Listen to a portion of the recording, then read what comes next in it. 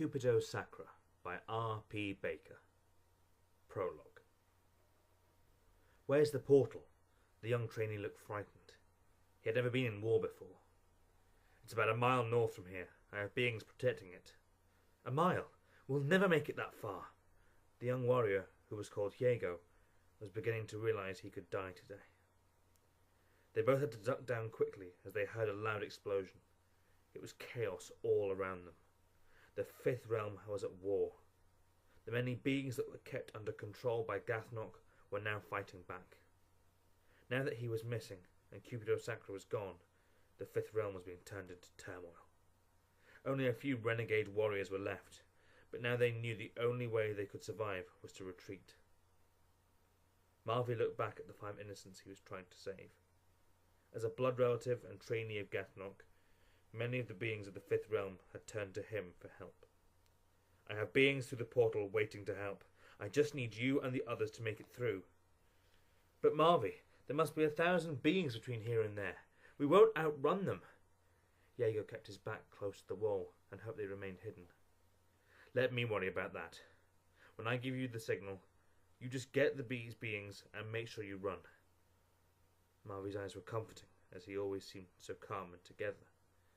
The young trainee could see his uncle's legacy within him. Marvy stepped out from behind the decaying wall, where he witnessed utter destruction. Many creatures were battling as the cries of death filled the air.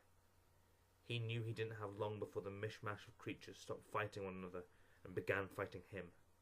Marvy twirled his staff round at a deadly speed so it spun and whistled in the wind. Some creatures stopped and noticed. However, Marvy could not get distracted. He closed his eyes and continued to mutter some magical words. A baby dragon, which was rather close to Marvy, began to walk closer to him, but the twirling of Marvy's staff created such a force that the dragon struggled against the wind. Diego looked round and saw what was going on. He was seconds away from plucking the courage to go help him, when suddenly the ground in front of him erupted. It formed a mound shape that began to mould itself into a large tunnel. Diego peered inside and saw that the newly created tunnel stretched beyond his eyeline. Diego was rather taken aback by this impressive display of sorcery from Marvy. Go now! It will take you to the portal, Marvy shouted urgently. But Diego watched as Marvy knelt down, weakened from the strong spell. Marvy turned round in desperation. His only concern was protecting the people of the Fifth Realm. Go now! Diego didn't wait as he ushered everyone into the tunnel. He led from behind and forced them to keep up a pace. They ran so hard they couldn't feel their legs until they saw the glowing portal in the distance. There was suddenly a literal light at the end of the tunnel. The other beings didn't hesitate, and he stood and made sure they all safely walked through. Diego looked back.